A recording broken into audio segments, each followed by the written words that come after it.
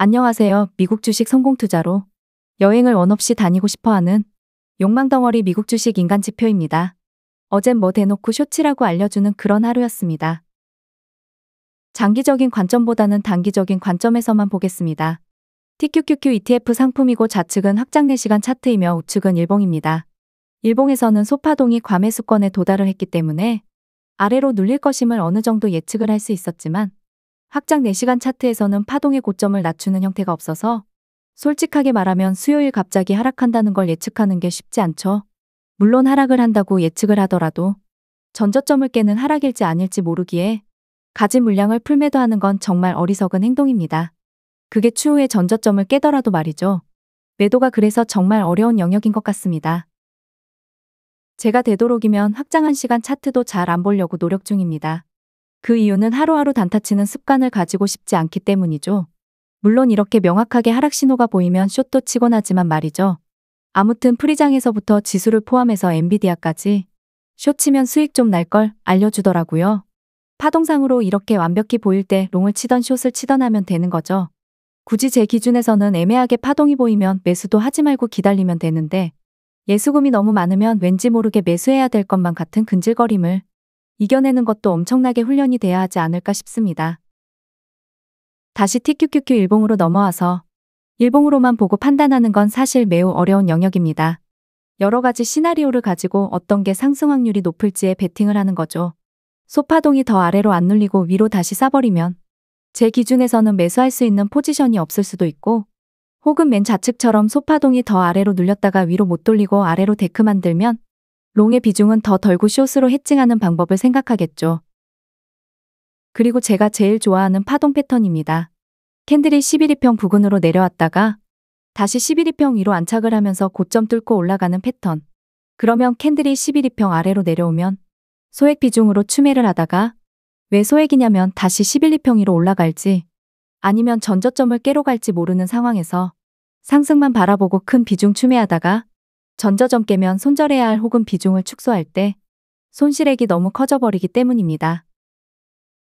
아직 11일평 아래로 제대로 내려왔다고 보긴 어려운 상태입니다. 목요일 본장에서 내릴지 프리장부터 내릴지는 모르겠으나 현재는 그렇다면 추세가 아직 유지 중이구나 라고 보시면 됩니다. 너무 무서워서 비중을 너무 많이 줄여버렸는데 다시 위로 싸버리면 열받을 수밖에 없을 테지만 그건 어쩔 수 없는 영역이기에 패스하겠습니다. 만약 목요일 캔들이 11일평 아래로 마무리된다면 그때부터 추매 시나리오를 짜면 됩니다. SOXL ETF입니다. 월요일 영상에서 말씀드린 숏치기 좋은 포지션이 수요일에 왔습니다.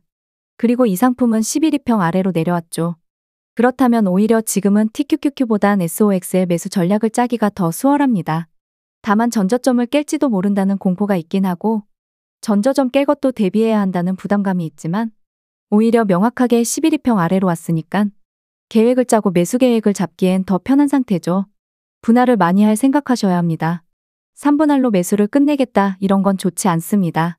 전저점을 안 깨고 11일평 아래에서 놀다가 11일평 위로 캔들이 올라오면 그래도 어느 정도 수익이 난 상태겠죠. 물론 소액 비중으로 들어갔으니 수익금을 만족 못할 수도 있지만 안전을 먼저 생각해야죠. 많이 벌 거야 라는 마인드보다는 잃어도 적게 잃을 거야 이게 더 핵심이라고 봅니다. 좌측이 SOXL 확장 4시간 차트인데 대파동이 고점을 낮춘 형태로 내려오고 있습니다. 물론 아직 대파동이 바닥권까지 가지 않았기에 어떻게 대응을 해야 될지는 좀 더 지켜봐야겠습니다. 기왕이면 전저점까지 가지 말고 이번 주 안에 일본 기준 11일평 근방까지 올려놓아야 상승에 대한 기대감이 생길 것 같습니다. 다음은 주도주에서 밀리고 있는 엔비디아입니다. 여기도 SOXL 상품과 패턴이 동일합니다. 신규로 진입하려고 한다면 지금부터 소액씩 매수하는 거죠. 전저점을 깰지 말지 모르니까 그러다가 전저점을 안 깨고 캔들이 11일평 위로 올라오면 일단 11일평 아래에서 매수했기 때문에 수익권일 테고 11일평 위로 캔들이 딱 올라올 때 추매 한 번 더 하시고 전고점을 깨기 전까지는 일단 그럼 기다려보는 거죠. 다음은 테슬라입니다. 일봉상 11일평 아래로도 오지 않았기에 추매를 벌써 하기에도 애매합니다. 물론 고점 대비 떨어진 건 아쉬울 수 있지만 5일 2평과 캔들 위치가 멀어진 상태였기 때문에 언젠가는 5일 2평으로 붙을 거라는 걸 감안하고 지켜보셨어야 합니다. 매일매일 오르면 좋겠지만 이평선 끌림이라는 게 신기하게도 무한정 이평선과 캔들이 멀어지지 않습니다. 대신 5일 이평선과 캔들이 멀어질 때 추매만 하지 않고 버텼더라면 최소한 물릴 일은 없었겠죠. 이상으로 이번 영상 마무리할게요. 구독과 좋아요, 알람 설정은 무료입니다.